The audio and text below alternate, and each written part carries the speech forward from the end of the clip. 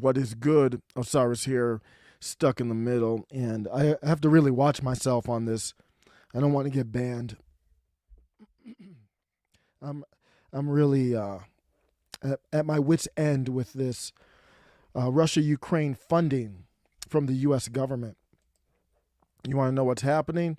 U.S. government is Biden is asking for 33 billion in addition. We talked about the 3.5. Well, there was a $14 billion package. 3.5 went to weapons and such.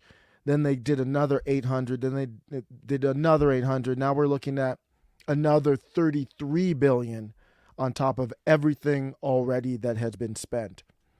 You knew this was coming when Volodymyr Zelensky asked for, well, he didn't, I don't know if he asked for it, but he said, you know what, for us, our economy, it's costing us about 7 billion, a cool 7 billion a month, this interaction, this war that we're in. And you knew when he asked for that, he's just like a crackhead. You know, if you have God forbid, you have a relative or a friend or someone on the street, they're like, oh, I just need another $100 to keep me going. Oh, I might need $1,000 a month. The habit's getting a little worse. You know, I'm actually going to get back on my feet. I'm going to get a job and get a car. I'm going to get back on my feet. And I said, you go back to the crib and you see where's the money, and you're in the same position. You have nothing's happened. Sometimes my wife and I joke around when our kids do something bad. I'm like, what is your son doing right now? You know, just as a joke, like not our son, your son. So let me do this. This is what I'm going to say it in that way, same frame here. I know he's our president, and whether you voted for him or not, and God is my witness, I did not vote for this man. He's still ours. You can say what you want about 2020 or anything. He is he is in the throne. Period. That is not to be questioned. So I'm going to say this affectionately. Here's your president. But despite the disturbing rhetoric coming out of the Kremlin, the facts are plain for everybody to see. What is your president going to say? Let me bring this back. I want to make sure I'm resetting this.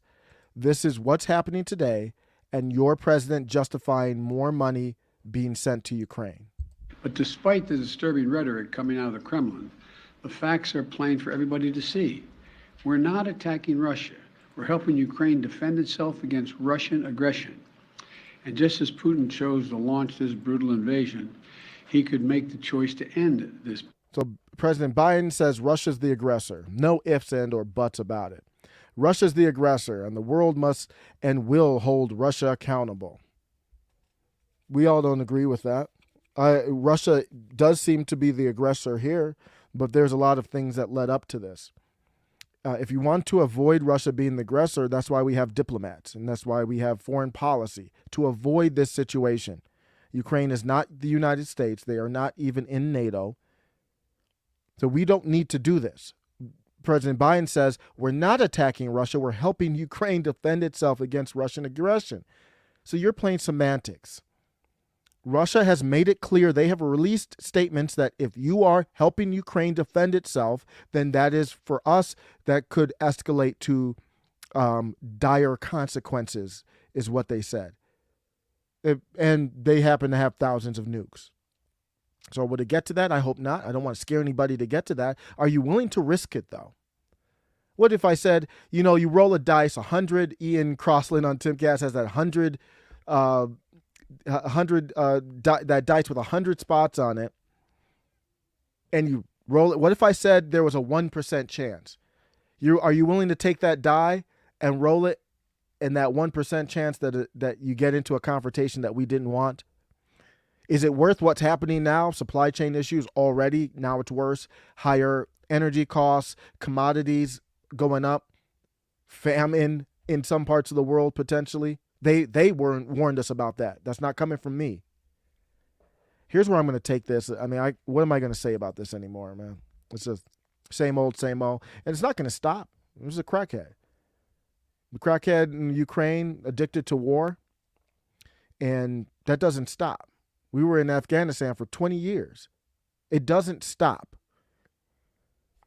So politically, this is what I'm talking about. When I talk about the populist left and right. We have to get together and stop this money laundering. If you on the populist left, if you want to get student loans paid off, I'm willing. I don't believe in that. But if that's what you care about, then that's what you care about. Then let's make a deal. Let's get together and stop this money laundering. We can stop it through representatives in Congress.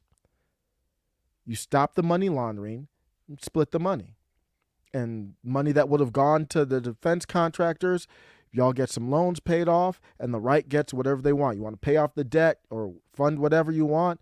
You want to, I don't know what the right would want to do with that extra money. Maybe the right would say, no, it's not about the money. I need you to help us on this digital rights bill.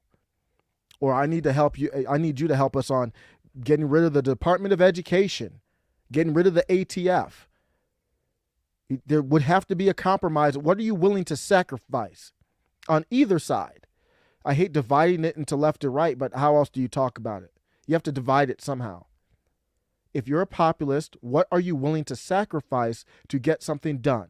These people are out here like me. I want digital rights. Well, got to be able to sacrifice something. You just don't get it unless you have supermajority power, which it's not out the realm of possibility for the populist right to get at some point. That's not impossible. So I think, but at this point, you have to team up.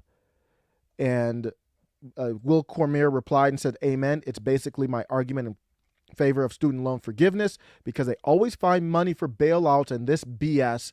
We only get weird about it when it might help the little people. I'm all for stopping this nonsense. Insanity. Yes. So what are we going to do? Because right now it's not stopping. So you got to change something. I said we have to team up and stop it first. It's going to take sacrifices. And no matter what you think of Marjorie Taylor Greene or Alexandria Ocasio-Cortez, they are tools. They're like screwdrivers, wrenches. We need to say, hey, what we need you to do is for both of you to stop talking about this race BS, stop talking about J6 BS. I need you to team up on this to stop this funding for this BS. And then when you stop the funding for the BS, we want money allocated for these things that we care about. And we need the populace left to help us out on this bill. And you put the bills together. You say the student loan bill goes along with the digital rights bill. So there is no, we got our bill and now the deal's over.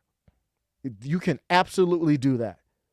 The government's set up to allow us to run this thing. It's just a matter of, do we care? Will recommended this book. I will read it.